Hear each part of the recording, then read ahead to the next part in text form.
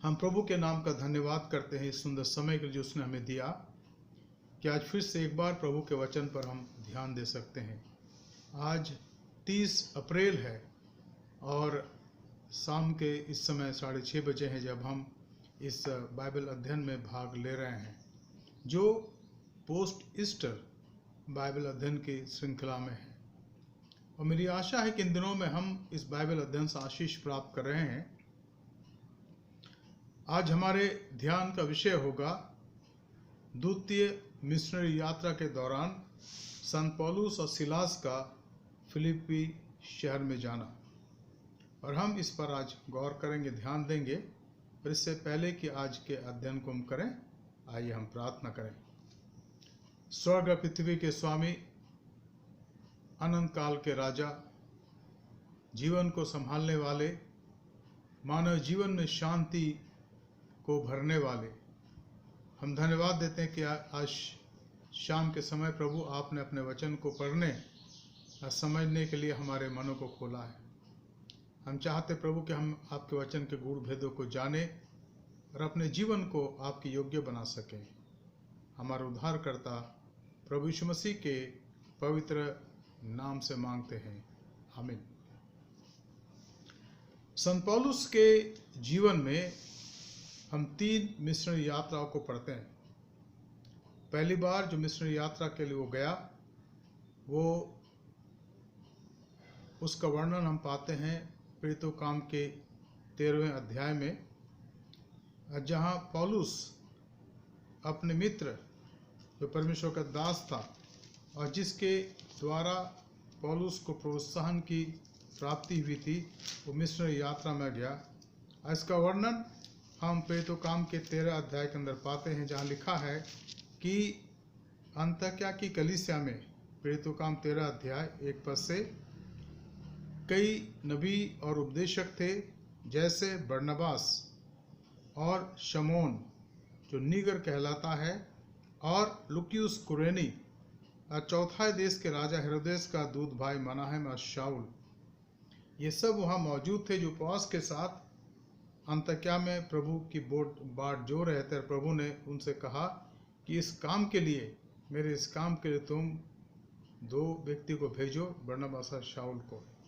और वहाँ लिखा है कि उनके ऊपर हाथ रखे गए।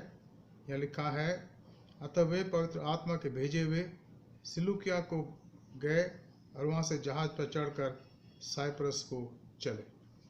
ऐसा कार्य कलीसिया के इतिहास में पहले कभी नहीं हुआ था, कभी नहीं हुआ था। तो पहली बार मिशनरी यात्रा की शुरुआत होती है और वो उस यात्रा के लिए अपने आप को तैयार करते हैं और परमेश्वर की महिमा के लिए जाते हैं।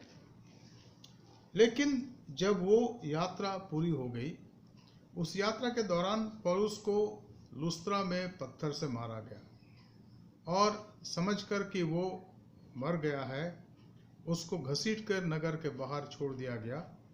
लेकिन लिखा है जब उसके चेले उसके पास आए तो उठ खड़े हुए और वहाँ से वो आगे निकल गए और यात्रा को पूरी करी। उसके बाद वो लौटे और प्रभु के लोगों को जो यरूशलेम में थे सारी बातें बताई, क्योंकि यरूशलेम काउंसिल की बातें हम इसी अध्याय के अंदर पढ़ते हैं, 15वें अध्याय में।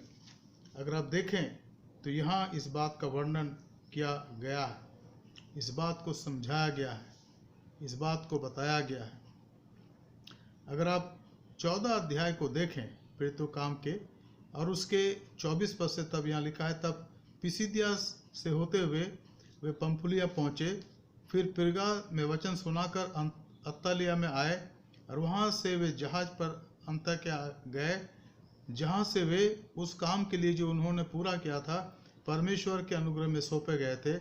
वहाँ पहुंचकर उन्होंने कलीसिया इकट्ठी की और बताया कि परमेश्वर ने उनके साथ होकर कैसे बड़े बड़े काम किए हैं और अन्य जातियों के लिए विश्वास का द्वार खोल दिया है, और वे चेलों के साथ बहुत दिन तक वहाँ रहे। Dear friends, we read about the missionary journey of Saint Paul, and here today will study about their going, specially Paul and Silas, to the city of Philippi, and we'll see the 3 things that took place there, and all because of the resurrected power of Lord Jesus Christ. There was a rich lady who was Lydia, who came to Christ. Then there was a slave girl who was demon possessed. She was cured completely. And then the in charge of the prison in Philippi was converted and came to Christ. So there is a series of incidents that took place in Philippi when Paul went there. But before that, we read that after they have completed the missionary journey, they came back and reported to the people who have sent them. We read about that in chapter 15 of 14th of Acts and 24 verse onward. Then they passed through Pisidia and came to Pamphylia, and when they had spoken the word in Phrygia, they went down to Attalia, and from there they sailed to Antioch, where they had been commanded to the grace of God for the work they had fulfilled. And when they arrived and gathered the church together, they declared all that God had done with them, and how he had opened the door of faith to the Gentiles, and they remained no little time with the disciples. But some people came down from Judea and were teaching the brothers, unless you are circumcised according to the custom of Moses, you cannot be saved. Now there was a wrong teaching about the circumcision, and people were trying to confuse people. And after Paul, verse 2 of 15th of Acts, and after Paul and Barnabas had no small dissension and debate with them, Paul and Barnabas and some of the others were appointed to go up to Jerusalem to the apostles and the elders about this question. Now it was decided that Paul and Barnabas will go to Jerusalem and talk with the people who are there, especially the apostles. And there we see a great, the first council took place, and they discussed about the acts they need to be doing, what they need to be doing. And they were there. And we read about that council, verse 6 onwards. The apostle and the elders were gathered together to consider this matter. What was the matter? In order to become follower of Christ, a person needs to be circumcised. And after there had been much debate, Peter stood up and said to them, brothers, you have now know that in the early days God made a choice among you, that by my mouth the Gentiles should hear the word of the gospel and believe. And God, who knows the heart, bore witness. What was the witness?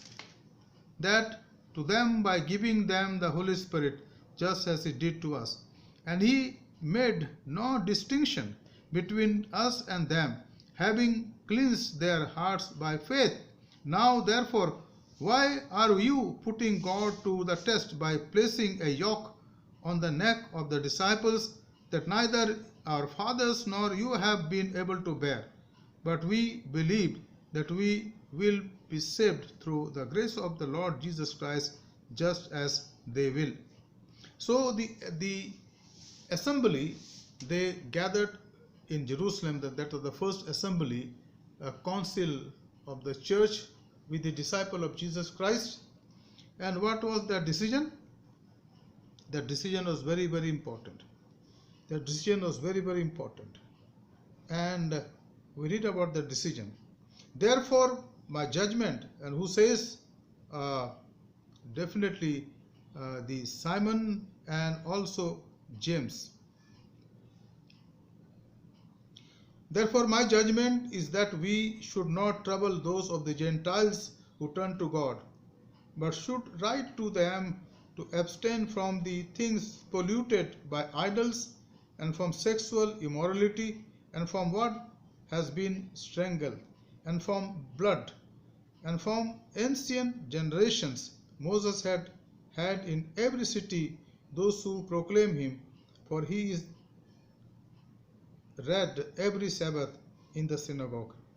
Then it seems good to the apostles and the elders with the whole church to choose men from among them and send them to Antioch with Paul and Barnabas. They sent Judas called Barabbas and Silas, leading men among the brothers, with the following letter. The brothers both, we read about this here, both apostle and the elders, to the brothers who are of the Gentiles in the Antioch and Syria and Cilicia, greetings. Since we have heard that some person have gone out from us and troubled you with words, unsettling your minds, although we gave them no instructions. It has seemed good to us, having come to one accord, to choose men and send them to you with our beloved Barnabas and Paul, men who have risked their lives for the sake of the Lord Jesus Christ. We have therefore sent Judas and Silas, who themselves will tell you, and same thing be word of mouth. For it has seemed good to the Holy Spirit and to us to lay on you no greater burden than these requirements, that you abstain from what has been sacrificed to the idols, and from blood, and from that has been strangled, and from sexual immorality. If you keep yourself from these, you will do well, fare well. So this was the decision of the first Jerusalem Council. ये उसका जो निर्णय था जिसके बारे में हम पढ़ते हैं प्रेरितों काम के 15 अध्याय में, और जो पाठ मैंने पढ़ा उसको आप अपने घर में पढ़ लीजिएगा। और ये क्या पाठ है? प्रेरितों काम उसका 15 अध्याय 19 पद से लेकर के 29 पद तक, जहाँ इसके बारे में लिखा है। प्रेरितों काम 15 अध्याय 19 से 29। अब हम यहाँ पर आते हैं कि इन सब कामों के बाद जब ये पत्र लिखा गया और ये सारे पत्र उनको दिया गया कि वो उन जगह में इनको दे जहाँ जहाँ प्रभु के लोग अब विश्वास में आ रहे थे और प्रभु पर विश्वास कर रहे थे। अब यहाँ पर एक और ख़ास बात जो हम पाते हैं वो ये है, और वो पाया जाता है प्रेरितों काम 15 अध्याय उसके 36 पद से, जहाँ पर द्वितीय मिशनरी यात्रा की शुरुआत है, जिसका वर्णन यहाँ लिखा है। कुछ दिन के बाद पौलुस ने बरनबास से कहा, जिन जिन नगरों में हमने प्रभु का वचन सुनाया था, आओ फिर उनमें चलकर अपने भाइयों को देखें कि वे कैसे हैं। अभी पहली मिशनरी यात्रा में लुस्त्रा में पौलुस को पत्थर से मारा गया था और उसको घसीट के शहर के बाहर ले जाया गया। लोगों ने सोचा कि अब ये व्यक्ति मर गया, लेकिन वो नहीं मरा था। उसने प्रभु के लिए अपने जीवन को अर्पण कर रखा था, और चाहे कितनी भी दुख और तकलीफ आई, पौलुस ने उसका वर्णन आगे चल करके दूसरे कुरिन्थियों की पत्री में करा। वो प्रभु के काम में बना रहा। और अब वो दोबारा कहता है बरनबास को कि आओ हम उन गांव उन शहरों में दोबारा जाएं जहां पर हम पहले मिशनरी यात्रा में गए थे, देखिए कि भाई लोग कैसे हैं।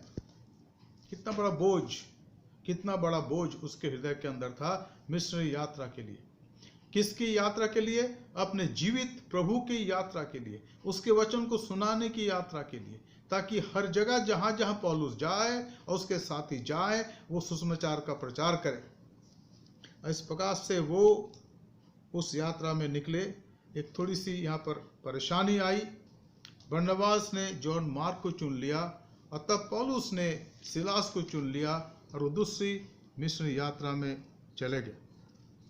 लिखा है, और वो कलीसियाओं को स्थिर करता हुआ सीरिया और किलिकिया से होते हुए निकले।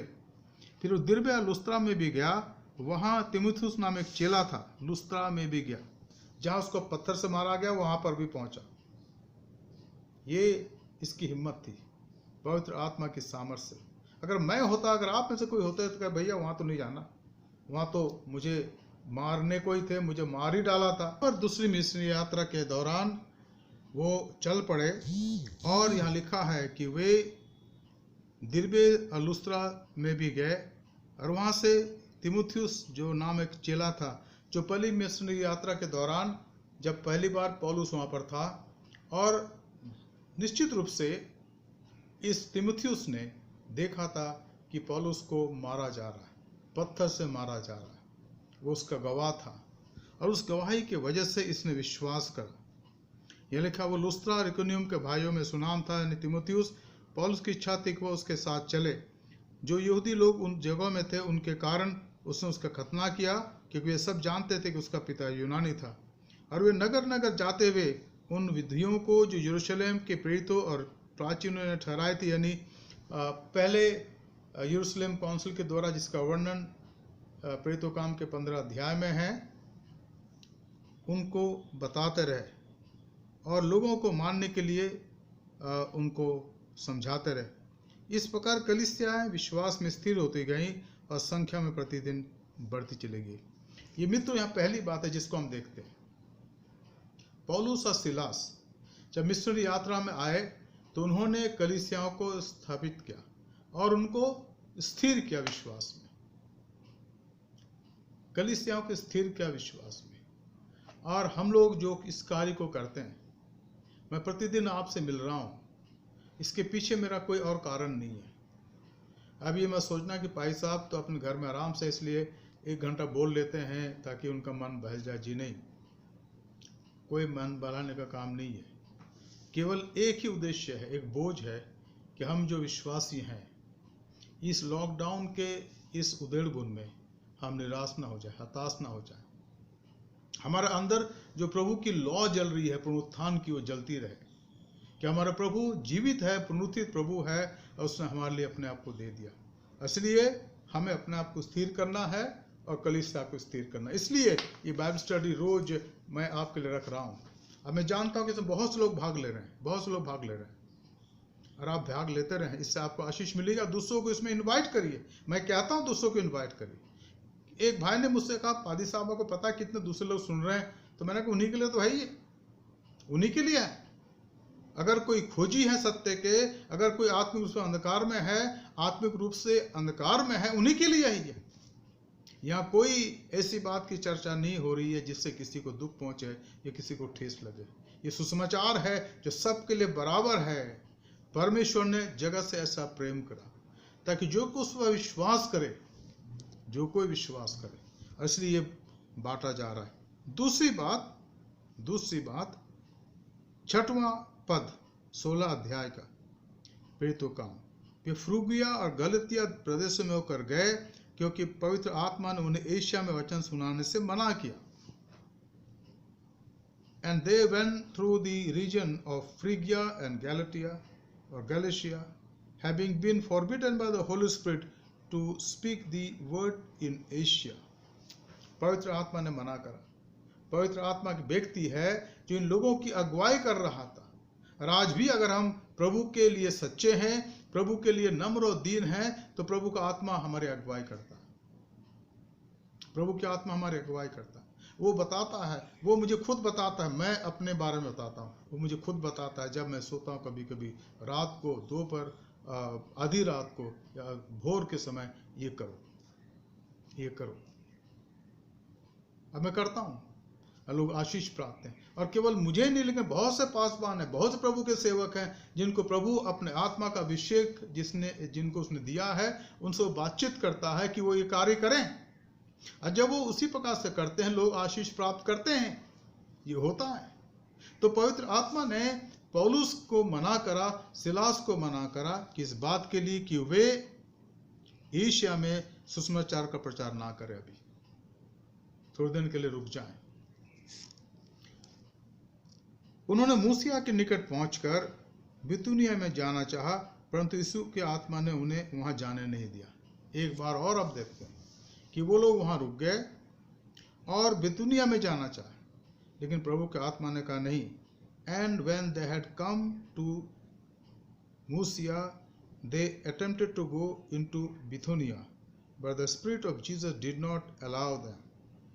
वहां भी कहा नहीं, रुको, अभी समय नहीं आ, जब बाद में समय होगा तो तुम्हें बता दिया जाएगा, लेकिन अब रुको। और जब रोका तो यहाँ लिखा है, अतः वे मूसिया से होकर त्रोआस में आए। वहाँ पौलुस ने रात को एक दर्शन देखा कि एक मकदूनी पुरुष खड़ा हुआ, उनसे विनती करके कह रहा है, पार उतर कर मकदूनिया में आया और हमारी सहायता कर। ये तीसरी खास बात है। जब पौलुस और सिलास मूसिया से होकर त्रोआस में आए और रात के समय पौलुस ने दर्शन देखा कि मकदूनी का एक व्यक्ति खड़ा कर कहता है, पौलुस हमारे पास आ जाओ, हमें सुसमाचार की आवश्यकता है। So passing by Mysia, they went to Troas, and a vision appeared to Paul in the night. A man of Macedonia was standing there, urging him and saying, "Come over to Macedonia and help us." बिल्कुल साफ साफ पौलुस देख रहा दर्शन में एक मकदूनी पुरुष, और ये मैसिडोनिया जो है यूरोप का प्रांत है, कि हमारे यहाँ आओ और हमारी मदद करो, हमारी मदद करो। परमेश्वर का आत्मा अब चाहता था कि एशिया में वचन का प्रचार हुआ, क्योंकि ये जो यरूशलेम है, सामरिया है और बाकी जो राज्य हैं वो एशिया के अंदर हैं। और अब प्रभु उनको दूसरी बार जब मौका दिया उसने आने का मिशनरी यात्रा में, तो अब प्रभु यीशु मसीह उनको कहाँ ले जाना चाहता था? यीशु की आत्मा यूरोप में ले जाना चाहता था। ये वही प्रभु है जिसने आज्ञा दी थी, तुम ठहरे रहो पवित्र आत्मा की सामर्थ को प्राप्त करने के लिए, और जब वो तुम पर आएगा तब तुम सामर्थ पाओगे और मेरे गवाह होगे। कहाँ होगे? यरूशलेम में, यहूदिया में, सामरिया में, पृथ्वी के छोर तक। और यहाँ ये बात अब पूरी हो रही थी कि प्रभु के लोग अब यूरोप में जाने को तैयार थे। प्रभु के आत्मा ने कहा अब आओ। और लिखा है कि मकदूनी पुरुष खड़ा हुआ उनसे विनती करके कहने लगा, पार उतर कर मकदूनिया में आओ और हमारी सहायता करो। ये तीसरी खास बात है। चौथी बात, अगर हमें से कुछ होता तो मैं थोड़ा रुक जा भैया, तैयारी कर लें, ये है सारी बातें करना है। आज हम कहेंगे वीज़ा लेना है, तैयारी करनी है। कभी कभी हम इतनी ज़्यादा तैयारी करते हैं कि हम भूल जाते हैं कि आगे हमें करना क्या है। लेकिन यहाँ लिखा है उसने दर्शन देखते ही हमने तुरंत मकदूनिया जाना चाहा। इंस्टेंट फॉलोइंग, इंस्टेंट ओबीडियंस, ये समझकर कि परमेश्वर ने उन्हें सुसमाचार सुनाने के लिए बुलाया। पौलुस इस बात को जानता है। ये चौथी खास बात है। पौलुस के मन में परमेश्वर की आत्मा के लिए तुरंत आज्ञा मानने की इच्छा। उसने कहा और पौलुस ने कहा चलो। There's no turning back, there's no holding back। प्राचीन काल में और रिसेंटली जब मेथोडिस्ट मिशनरीज हमारे देश में आए, ये 1900 शताब्दी थी, 1856। डॉक्टर विलियम बटलर आए हमारे देश में और सीधे बरेली में रहे, और तब सिपाही विद्रोह छिड़ गया। वो वापस नहीं चले गए, वो यहीं रहे। नैनीताल के क्षेत्र में गए, कुमाऊं के क्षेत्र में गए और वचन का प्रचार करते रहे। और ये बताया जाता है 1858 में उन्होंने एक चर्च बनाया नैनीताल में, जो आज भी है ठंडी सड़क पर। और वहाँ वो चर्च आज भी है, जहाँ लिखा है ये भारत की पहली मेथोडिस्ट कलीसिया चर्च बिल्डिंग है, जो डॉक्टर विलियम बटलर के द्वारा बनाया गया। और उन्होंने और जगह कलीसिया की स्थापना करी। 6 साल तक का प्रयत्न करा, इसके बाद वो यहाँ से मैक्सिको चले गए, वहाँ प्रभु का काम करा। तो ये वो लोग थे, मिशनरीज लोग थे, जिन्होंने प्रभु के वचन के प्रचार के लिए यहाँ कार्य करा। डॉक्टर स्टैनली जोन्स आए हमारे देश में, वो पहुंचे 1907 में, और 1907 से लेकर के 1973 तक यहाँ प्रचार करते रहे। उन्होंने सेवकाई करी लखनऊ में, सीतापुर में, और फिर साप्ताल में, जहाँ उन्होंने बहुत बड़े आश्रम की स्थापना करी। आज भी वो आश्रम वहाँ पाया जाता है। ये वो लोग थे जिनको दर्शन प्रभु ने दिया, और दर्शन के अनुसार चलने वाले लोग थे। उन्होंने कार्यों को स्टैब्लिश करा, और वो दूरदर्शी लोग थे। वो चाहते थे कि हमारे बाद जो लोग आएंगे भारत की अगुवाई करने के लिए, भारतीय लोग, वो इन कामों को आगे बढ़ाएंगे। इस प्रकार से वो हमेशा विश्वास योग्य रहे। तो यहाँ पौलुस प्रभु की आज्ञा को मानता है और तुरंत मकदूनिया जाने के लिए तैयार होता है। ये चौथी बात है। पांचवी बात, इसलिए त्रोआस से जहाज खोलकर हम सीधे सुमात्रा के और दूसरे दिन नियापुलिस में आए। वहां से हम फिलिपी पहुंचे, जो मकदूनिया प्रांत का एक नगर रोमियो की बस्ती है, और हम उस नगर में कुछ दिन तक रहे। अभी आगे फिलिपी में जहां इनको आना था। जब प्रभु का आत्मा उनको ले जाना चाहता था। और ये पांचवी खास बात है, जब हम प्रभु के काम के लिए आते हैं तो वो द्वार खोलते जाता है, द्वार खोलते जाता है। द्वार बंद नहीं होते हैं, खोलते जाते हैं। तकलीफें होंगी, कठिनाइयाँ होंगी, परेशानियाँ होंगी, और हम देखेंगे तकलीफ के बारे में यहाँ पर भी, फिलिप्पी के अंदर भी। लेकिन प्रभु के ये दास पौलुस और सिलास उस काम को आगे करते चले गए।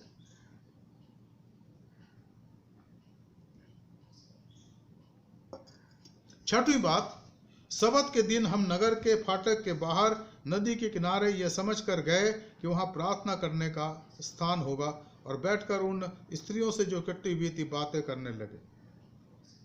लूदिया नामक थुआतिरा नगर की बेंजनी कपड़ा बेचने वाली एक भक्त स्त्री सुन रही थी। प्रभु ने उसका मन खोला और वो पौलुस की बातों पर चित्त लगाए। और आगे लिखा, जब उसने हमारे अपने घराने से बपतिस्मा लिया तो उसने हमसे विनती की और कहा, यदि तुम मुझे प्रभु की विश्वसनीय समझते हो तो चलकर मेरे घर में रहो। और वो हमें मना कर ले गई। Now there is a miracle in Philippi in first instance. यहाँ लिखा है, मैं पढ़ूंगा 13 पद से। I read in chapter 16 verse 13 onwards. And on the Sabbath day we went outside the gate to the riverside, where we supposed there was a place of prayer, and we sat down and spoke to the women who had come together. One who heard us was a woman named Lydia from the city of Thyatira, a seller of purple goods, who was a worshipper of God. The Lord opened her heart to pay attention to what was said by Paul. And after she was baptized, and her household as well, she urged us, saying, If you have judged me to be faithful to the Lord, come to my house and stay. And she prevailed upon us. और यहाँ पर प्रभु के इन दोनों सेवकों को, इन महिलाओं ने, खासकर लीदिया ने कहा, जिसने विश्वास किया तुरंत और बपतिस्मा भी लिया, और कहा कि अब अगर तुम लोग हमें प्रभु के सेविका समझते हो तो मेरे साथ चलो। प्रभु उनके लिए द्वार खोल रहा था।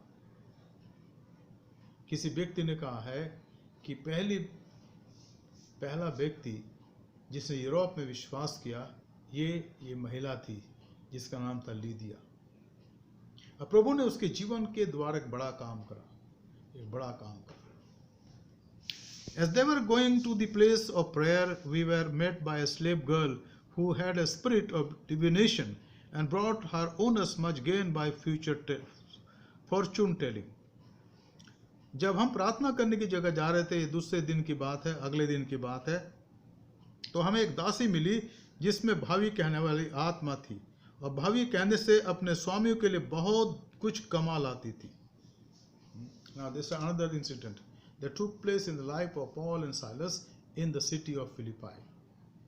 And this was a unique one because this started an uproar there. वो पौलुस और हमारे पीछे आकर चिल्लाने लगी, ये सचमुच परम प्रधान परमेश्वर के दास हैं जो हमें उद्धार के मार्ग की कथा सुनाते हैं। और वो बहुत दिन तक ऐसा ही करती रही, परंतु पौलुस दुखी होकर और मुड़कर उस आत्मा से कहा, मैं तो यीशु मसीह के नाम से आज्ञा देता हूं कि उसमें से निकल जा, और उसी घड़ी उसमें से निकल गई। She followed Paul and us, crying out, This man are servants of the Most High God, who proclaim to you the way of salvation. And this she kept doing for many days. Paul, having become greatly annoyed, turned and said to the spirit, I command you in the name of Jesus Christ to come out of her. And it came out that very hour. और यहाँ पौलुस के कहने से, प्रभु यीशु मसीह के नाम से, वो स्त्री जो एक दासी थी, जिसके अंदर दुष्ट आत्माएं थीं और अपने स्वामियों के लिए पैसा कमाती थी, भविष्य बताने के द्वारा दुष्ट आत्मा निकल गई। और जब दुष्ट आत्मा निकल गई तो इन लोगों का, जिनके जो इनको साथ लेके घूमते थे, या जिन पीछे चलती थी, या जिन्होंने इसको पकड़ रखा था, उनकी जीविका जाती रही। जब उनके स्वामियों ने देखा कि हमारी कमाई की आशा जाती रही, तो पौलुस और सिलास को पकड़ के चौक में प्रधानों के पास खींच ले आए और उन्हें फौजदारी के हाकिमों के पास लेकर कहा, ये लोग जो यहूदी हैं हमारे नगर में बड़ी हलचल मचा रहे हैं और ऐसी रीति बता रहे हैं जिन्हें ग्रहण करना या मानना हम रोमियों के लिए ठीक नहीं। तब भीड़ के लोग उनके विरुद्ध में इकट्ठे होकर चढ़ आए और हाकिमों ने उनके कपड़े फाड़ कर उतार डाले और उन्हें बेत मारने की आज्ञा दी। अब बहुत बेत लगवा कर उन्होंने बंदीगृह में डाल दिया और दरोगा को आज्ञा दी कि उन्हें चौकसी में रखे। उसने ऐसी आज्ञा पाकर भीतर की कोठरी में रखा और उनके पांव काट में ठोक दिए। Now there was a trouble again, a great trouble. And what was the trouble? But when her owners saw that their hope of gain was gone, they seized Paul and Silas and dragged them into the marketplace before the rulers. And when they had brought them to the magistrates, they said, "These men are Jews, and they are disturbing our city. They advocate customs that are not lawful for us as Romans to accept or practice." The crowd joined in the attacking them, and the magistrate tore the garments off them and gave orders to beat them with rod. And when they had inflicted many blows upon them, they threw them into prison, ordering the jailer to keep them safely. Having received his order, he put them into the inner prison and fastened their feet in the stocks. उनको बांध दिया गया और ये संकट, ये परेशानी उनके अंदर आई और उसके लिए पवित्र आत्मा ने कहा था वहां जाओ। ध्यान रखिएगा, यहाँ पर कभी कभी पवित्र आत्मा हमारे जीवन के अंदर उन कठिनाइयों को आने देता है, इसलिए नहीं कि हम बर्बाद हो जाएं, इसलिए नहीं कि हम समाप्त हो जाएं, पर इसलिए कि हमारा विश्वास इतना मजबूत हो जाए कि हम आगे चल करके उसके नाम के गवाह बने। और यहाँ पर हुआ आखिरी बात 25 पद। आधी रात के लगभग पौलुस और सिलास प्रार्थना करते हुए परमेश्वर का भजन गा रहे थे और कैदी उसकी सुन रहे थे। इतने में एक बड़ा भूकंप आया, यहाँ तक कि बंदीगृह की नींव हिल गई और तुरंत सब द्वार खुल गए और सबके बंधन खुल पड़े। And midnight Paul and Silas were praying and singing hymns to God, and in the prisoners were listening to them. And suddenly there was a great earthquake, so that the foundations of the prisons were shaken, and immediately all their doors were opened and everyone's bonds were unfastened. एक बड़ा आश्चर्यकर्म हुआ। पौलुस Silas मार खाने के बाद उनके पैर कांटों में ठोक दिए गए थे, बांध दिए गए थे काट के अंदर, जहां से वो हिल डुल नहीं सकते थे। मक्खी होगी और मच्छर होंगे, तमाम बातें होंगी। ये आराधना कर रहे थे। In the midst of all these trials, in the midst of all these afflictions, Paul and Silas were worshiping God. What a great testimony! कितनी बड़ी गवाही पौलुस और सिलास की यहाँ पर हमारे सामने है। वो प्रभु को उपासना करने लगे और जब ऐसा कर रहे थे तो लिखा है ये सारे कैदी सुन रहे थे, मशाल जल रहे थे, कैदी सुन रहे थे, कैदी देख भी रहे थे। लेकिन अचानक एक बड़ा जलजला आया, एक बड़ा भूकंप आया और लिखा है कि वहाँ जो जेल के दीवारें थी उनकी नींवें हिल गई और वो सबके बंधन खुल गए।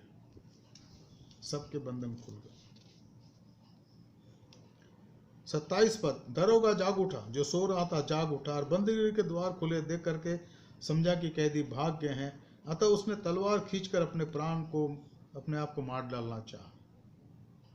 Verse 27, when the jailers woke and saw that the prison's door were open, he drew his sword and was about to kill himself, supposing that the prisoners had escaped. अभी जेलर इतना डर गया, उसने अपने आप को मारना चाहा तलवार से, तलवार खींची, उसने अपने को मारना चाहा। पौलुस ने कहा, क्या कहा पौलुस ने? परंतु पौलुस ने ऊंचे शब्द से पुकार कर कहा, अपने आप को कुछ हानि न पहुंचा, क्योंकि हम सब यहाँ हैं। Do not harm yourself for we are here. और ये शब्द सुनकर ये इतना घबरा गया कि इसने कहा ये कैसे होगा, इनको मैंने ठोका था रात के समय, शाम के समय, और मैंने इनको यहाँ रखा था कि हिलडुल ना पाए। और अब यही कह रहे हैं कि सब यहाँ पर हैं, कोई नहीं भागे हैं। ये लोग दिव्य लोग हैं, दे आर डिवाइन पीपल। और क्या लिखा है, तब वो दिया मंगवा कर भीतर लपका और कांपता हुआ पौलुस और सिलास के आगे गिरा, और उसने उन्हें बाहर ले जाकर कहा, हे सज्जनों, उधार पाने के लिए मैं क्या करूं? And the jailer called for light and rushed in, and trembling with fear he fell down before Paul and Silas. Then he brought them out and said, Sirs, what must I do to be saved? उस कठिन परिस्थिति में, उस कठिन घड़ी में, जब जलजला आया था, सारे जेल खाने का नींव हिल गया, सारे टूट गए थे, गिर गए थे, इनकी नींव हिल गई, इनके बंधन खुल गए। अब पौलुस ने कहा कोई नहीं भागा, सब यहाँ पर है। उस घटना ने उस जेलर के मन को बिल्कुल तोड़ दिया। वो पसीज गया और उसने उनके पास जा करके उनके पैरों पे गिरा, कहा, हे साहिबों, उधार पाने के लिए मैं क्या करूं? I think this is a great thing for us to understand. In the time of atrocities and problem and affliction, when we have patience, परमेश्वर वहां से द्वार खोलता है और वही दूसरों के लिए उद्धार का कारण बनता है। हम इस बात को समझने और जानने की आवश्यकता है। उन्होंने उससे कहा, प्रभु यीशु मसीह पर विश्वास कर तो तू और तेरा घराना उद्धार पाएगा। और उन्होंने उनको और उनके सारे घर के लोगों को प्रभु का वचन सुनाया। रात ही को उसी घड़ी उसने ले जाकर उनके पांव धोए और उसने अपने सब लोगों समेत बपतिस्मा लिया। तब उसने उन्हें अपने घर ले जाकर उनके आगे भोजन रखा और सारे घराने समेत परमेश्वर पर विश्वास करके आनंद किया। What a tremendous testimony. And he took them the same hour of the night and washed their wounds, and he was baptized at once, and he and all his family. Then he brought them into his house and set food before them, and he rejoiced along with the entire household that he had believed in God, the living Savior. पौलुस और Silas के जीवन में ये बड़ी घटना घटी। पहले फिलिप्पी के अंदर लीदिया ने विश्वास करा, दूसरे उस दासी स्त्री ने विश्वास करा, और अब जेलर और उसके पूरे परिवार ने विश्वास करा। मित्रों, ये संत पौलुस के दूसरे मिशनरी यात्रा के दौरान हुआ। उस यात्रा में वो फिलिप्पी में गए, जहाँ पवित्र आत्मा उनको लेकर गया, आओ मकदुनिया में हमारी मदद करो, और यहाँ पर ये कार्य हुआ। यहाँ 3 बात हम देखते हैं, मैं समाप्त करूँ। पहली बात, प्रभु के सेवक और सेविका होने के नाते हमें प्रभु की तरफ देखने की आवश्यकता है, उसके अगुवाई की तरफ देखने की आवश्यकता है। वो हमें जहाँ ले जाए हमें जाने की आवश्यकता है, जहाँ रखे हमें रहने की आवश्यकता है, जो भी दे हमें ग्रहण करने की आवश्यकता है, और जिस प्रकार से वो चाहे हमें चलने की आवश्यकता है। दूसरी बात, हमें परमेश्वर के योजना को उन तमाम घटनाओं के पीछे देखने की आवश्यकता है। चाहे बाहर हमें लगा कि बहुत कठिन परिस्थिति है और बहुत कठिन है, बेतों से इनको मारा गया, बहुत भयंकर रूप से मारा गया, लेकिन उस बेतों के द्वारा मार खाने के बाद यह इनका उद्धार था। हमें परमेश्वर की योजना को तमाम दुनिया की बातों के, जहाँ नेगेटिव बातें हैं, नकारात्मक बातें हैं, उसके पीछे देखने की आवश्यकता है कि वहाँ उसकी इच्छा है। और तीसरी बात, हर बात मिलकर उन लोगों के लिए जो परमेश्वर के द्वारा बुलाए गए हैं भला उत्पन्न करती है। रोमियो 8:28-29। और इन तीनों इंसिडेंट के अंदर प्रभु ने उनको इसलिए वहाँ बुलाया फिलिप्पी में, उस दूसरी मिशनरी यात्रा के दौरान, ताकि प्रभु की महिमा हो सके। प्रभु आज हमसे ये चाहता है, क्या आप भी यही चाहते हैं? आइए हम प्रार्थना करें। धन्यवाद, स्तुति और महिमा के पिता परमेश्वर, स्वर्ग और पृथ्वी के स्वामी, आज के पवित्र वचन के लिए प्रभु, जो हमने देखा संत पौलुस के मिस्र यात्रा के दौरान, प्रभु आपने हमें बताया कि किस प्रकार से पवित्र आत्मा उनको ले गया प्रभु, और पवित्र आत्मा के अगुवाई वो चले और उन्होंने देखा लिदिया को विश्वास करते हुए, दासी स्त्री को दुष्ट आत्मा की सामत से निकलते हुए, छुटकारा पाते हुए, और जेलर और उसके परिवार को यीशु मसीह पर विश्वास करते हुए। ये प्रभु, इस समय में जबकि हम इस दुनिया में हैं प्रभु, दिल्ली शहर में प्रभु बहुत सी कठिनाइयां हैं, परेशानियां हैं। शायद हम ये कहते हैं कि अब कुछ नहीं होगा, समाप्त हो गया, लेकिन प्रभु कहता है बहुत कुछ होगा, क्योंकि तुम्हारे जीवन के अंदर बहुत कुछ हुआ है। मैंने तुम्हें छुआ है, तुम्हें जीवन दिया है। काश कि तुम्हारे जीवन का धीरज, तुम्हारा विश्वास और तुम्हारे हृदय का आनंद और तुम्हारे हृदय में जो स्तुति करने की भावना है, उन लोगों के लिए अंधकार में है, उन लोगों के लिए जो अंधकार में चलते हैं, ज्योति में आने का, सच्चे परमेश्वर को जानने का और उद्धार का कारण बन सके। आज के वचन के लिए आपका धन्यवाद करते हैं। हमारे धन्यवाद को स्वीकार करें। उद्धारकर्ता प्रभु यीशु मसीह के पवित्र और मीठे नाम से मांगते हैं, आमीन।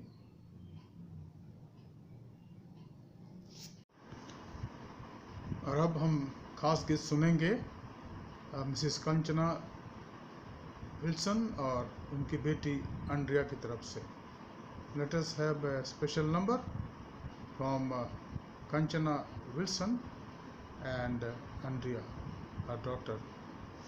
I hope that the song that we're going to listen, God is going to bless us, because this song has a meaning of His grace and mercy. So, singing for us now, Mrs. Kanchana Wilson and her daughter Andrea. Let us listen and be blessed. Thank you.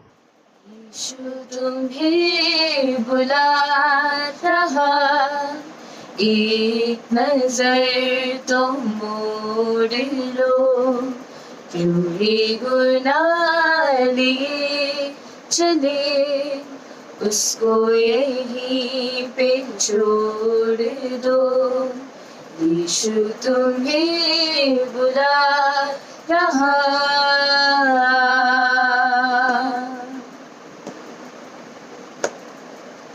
देखो कोई सलीब से तुमको अभी बुला रहा, देखो कोई सलीब से तुमको अभी बुला रहा, अपने पिता से जिंदगी नहीं तुम्हें दिला रहा, आ जाओ तुम सलीब से अपना भी नाता जोड़ लो, क्यों ये गुनाह लिए चले, उसको यहीं पे छोड़ दो। यीशु तुम्हें बुला रहा।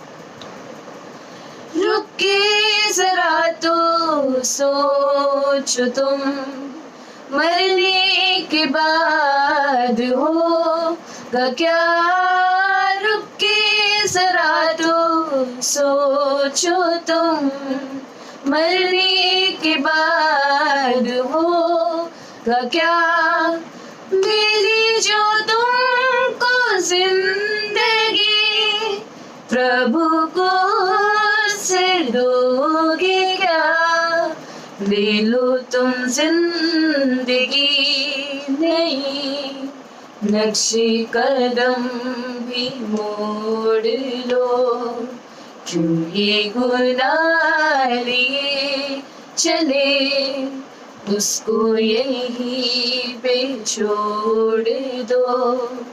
यीशु तुम्हें बुला रहा, एक नजर तो मोड़ लो, क्यों ये गुनाह लिए चले, उसको यहीं पे छोड़ दो। यीशु तुम्हें बुला रहा।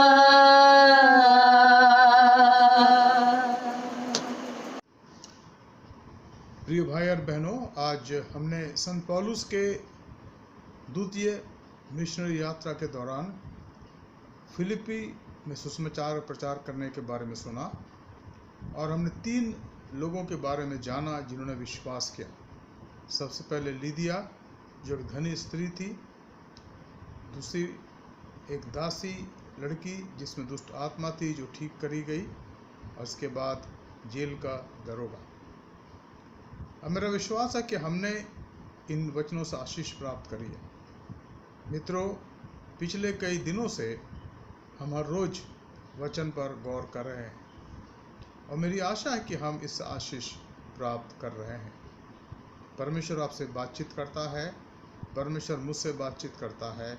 हम उसकी आवाज़ को सुने क्योंकि उसकी धीमी आवाज़ हमारे हृदय में आती है और हम ये चाहते हैं कि इन वचनों के द्वारा हम परमेश्वर के और निकट लाए जाएं, ताकि हमारी सेवकाई, हमारी गवाही, हमारे जीवन, हमारी सेवा जो हम करते हैं, लोगों में करते हैं, वो परमेश्वर के द्वारा आशीष प्राप्त कर सके। मुझे आज पता लगा कि फिर से एक बार 2 तारीख को हमारे चर्च में MMF के हमारे भाई लोग उनकी मदद करेंगे, राशन उनको देंगे जो आवश्यकता में। साथ ही साथ हमारे प्रिय भाई एलेक्स विल्सन और उनकी टीम के लोग जो छतरपुर में रहते हैं, वो भी वहाँ के उन लोगों की मदद कर रहे हैं जिनके पास भोजन नहीं है और जो परेशानी की अवस्था में।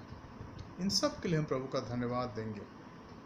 हालांकि ये लॉकडाउन है, हम अपने सरकार के नियमों के साथ चल रहे हैं, जो उनके आइन ठहराए गए हैं उनका पालन कर रहे हैं। किसी प्रकार से कहीं भी हम उनका विरोध नहीं कर रहे हैं। उन्होंने जो भी कहा हम पालन कर रहे हैं। हमारा मसीही समाज और दूसरे लोग भी पालन कर रहे हैं। हम अपने घरों में हैं और हमारे आराधनालय चर्च बिल्कुल बंद हैं, वहाँ आराधना नहीं हो रही है। हम अपने घरों में आराधना कर रहे हैं और लिंक के द्वारा, यूट्यूब के द्वारा और फेसबुक के द्वारा हम आराधना में भाग लेते हैं। ये हमारे लिए बहुत बड़ी बात है। हालांकि कठिनाइयाँ तो बहुत हैं, लेकिन परमेश्वर हमारे साथ है। हमारा विश्वास है कि आगे भी हमारी मदद करेगा। हम तो यही प्रार्थना करते कि अब ये कोरोना वायरस का प्रभाव समाप्त हो जाए पूरी तरीके से और ये बहुत ही जल्द हमें गुड न्यूज़ मिले कि अब ये लॉकडाउन धीमे धीमे करके इसको समाप्त किया जाएगा। और हम सब इसके उत्सुकता से इस बात की बाट जोहते हैं, लेकिन जब तक इसका फरमान नहीं सुना जाता, जब तक हमारे माननीय अधिकारियों के द्वारा इसके बारे में कुछ नहीं कहा जाता, हम उनके द्वारा कहे गए वचनों पर चलते हैं और अपने घरों में रहते हैं और इस प्रकार से इस बीमारी का, इस संक्रमण का सामना कर रहे हैं। और हमारा विश्वास है कि परमेश्वर हमारी मदद करेगा। एक और ख़ास बात जो मैं यहाँ पर आपसे कहना चाहता हूँ अनाउंसमेंट के रूप में, कि हमारे बहुत से परिवार हैं, अगर कोई बीमार है, कोई परेशानी में है, कोई दुख में है, तो हमारा जो ऑफिशियल या हमारे चर्च का जो व्हाट्सएप है जिसमें बहुत से लोग जुड़े हुए हैं, एपोस्टल मेथोडिस्ट चर्च के नाम से, उसमें आप उसका जिक्र करें, अपने प्रार्थना के विषय को लिखें ताकि हम आपके लिए प्रार्थना कर सकें, एक दूसरे के लिए प्रार्थना कर सकें। साथ ही साथ हमारे आदरणीय बिशप साहब, बिशप सुबोध सिंह मंडल के द्वारा जो प्रेयर चेन बनाया गया है, चेन ऑफ प्रेयर, और उसमें एपोस्टल मेथोडिस्ट चर्च का समय रात को 10 से 11 बजे का है। तो हम खास इस समय में प्रार्थना करें और एक दूसरे के लिए प्रार्थना करें, देश के लिए प्रार्थना करें, जो कोरोना वायरस से पीड़ित है उनके लिए प्रार्थना करें कि चंगाई प्राप्त करें, और वे लोग जो दुनिया से चले गए उनके परिवार के लिए प्रार्थना करें कि प्रभु उनको शांति दें। ये वायरस दुनिया के बहुत से देशों में इसके वजह से बहुत सी मौतें हुई हैं। हम प्रार्थना करें कि प्रभु उन लोगों के परिवारों को भी शांति दें और अपना अनुग्रह प्रदान करें। मित्रों, इस रविवार को 3 तारीख को हमारी आराधना होगी सुबह 10 बजे, और फिर से हम लिंक के द्वारा आराधना करेंगे और जिस प्रकार से आप करते आए हैं हम ऐसा करते रहेंगे। आज थोड़ी देर के बाद आपको कुछ सूचना दी जाएगी। बहुत से लोगों ने कहा कि हम अपना चर्च फंड या टाइथ कहाँ भेजें, कैसे भेजें, किसको दें, क्योंकि यहाँ तो ऑफिस बंद है हमारा चर्च का। इसलिए चर्च के अकाउंट नंबर के बारे में आपको बताया जाएगा। आप उसमें ना केवल चर्च फंड भेजें, नेफ्ट के द्वारा ट्रांसफ़र करें, लेकिन जो पिछले 1.5 महीनों में हमने अपने घर में आराधनाएं करी हैं, रविवार आराधना और पैशन वीक में गुड फ्राइडे के दिन और ईस्टर के दिन धन्यवाद के जो भेंट हमने रखे हैं, जो हमने दिए थे परमेश्वर के सामने, उसको काउंट करके आप अपना लिख लीजिए, अपना रिकॉर्ड लिख लीजिए और उसको चर्च में, चर्च के अकाउंट में, क्योंकि वहाँ पर चर्च का अकाउंट नंबर जो हमारा bank account Canara bank Munirka में है उसको दिया जा रहा है और पहले भी दिया गया है, और कोड नंबर भी दिया गया उसमें। तो उस प्रकार से उसको आप नेट ट्रांसफ़र करें और इस प्रकार से आपका पैसा चर्च के अकाउंट में आ जाएगा। तो मेरी आशा है कि हम इन बातों पर गौर और ध्यान देंगे। साथ ही साथ हम प्रार्थना करते रहें। एक प्रार्थना का विषय है, वो है डॉक्टर सैमुअल कमलेशन, डॉक्टर सैम कमलेशन। इस समय करीब 84-85 साल के हैं और पिछले दिनों वो गिर गए थे, उनको तकलीफ़ हुई थी। उनको वो अमेरिका में अपने बच्चों के पास हैं और उनको वेंटिलेटर में रखा गया, लेकिन अब वो ठीक हैं, अच्छे हो रहे हैं। हम उनके लिए प्रभु का धन्यवाद दें। मैं चाहूँगा कि आप उनके लिए प्रार्थना करते रहें। I want that we all should continue to pray for Dr. Samuel Kamleshan. He is the co-founder of FMBB Ministry, a man of God, a great servant of God. Let us pray that he may be completely healed by the grace of our Lord Jesus Christ.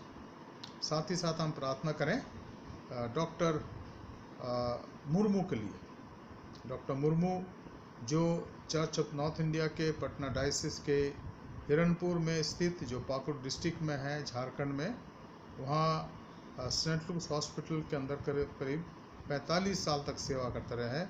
वो senior paediatric surgeon थे यहाँ पर और 2 दिन पहले प्रभु में सो गए। तो हम प्रार्थना करें उनके बच्चों के लिए, उनके 4 बेटे हैं, कि प्रभु उनको शांति दें और उनकी सेवाओं के लिए जो उन्होंने करी है हम प्रभु का धन्यवाद करें। उनकी पत्नी पहले ही प्रभु के पास चली गई हैं। तो डॉक्टर मुर्मू के लिए हम खास धन्यवाद देंगे और उनके लिए प्रार्थना करते रहेंगे। और अगर आपके पास कोई और विषय है इस समय आप उनको अपने मन में रखें, हम प्रार्थना करेंगे। धन्यवाद, स्तुति और महिमा के योग्य पिता परमेश्वर, स्वर्ग और पृथ्वी के स्वामी, हम आपका धन्यवाद करते हैं प्रभु कि आपने सुंदर समय दिया कि आज फिर से एक बार प्रभु हम आपके वचन पर अध्ययन कर सकें। जो कुछ हमने सीखा, जो कुछ हमने पढ़ा प्रभु, हम चाहते हैं कि ये बातें हमारे हृदय के अंदर प्रभु लिख दी जाएं। हम धन्यवाद देते हैं संत पौलुस के लिए, जिसने दूसरी मिशनरी यात्रा के दौरान फिलिपी में सुसमाचार प्रचार करा और कई लोगों ने विश्वास करा।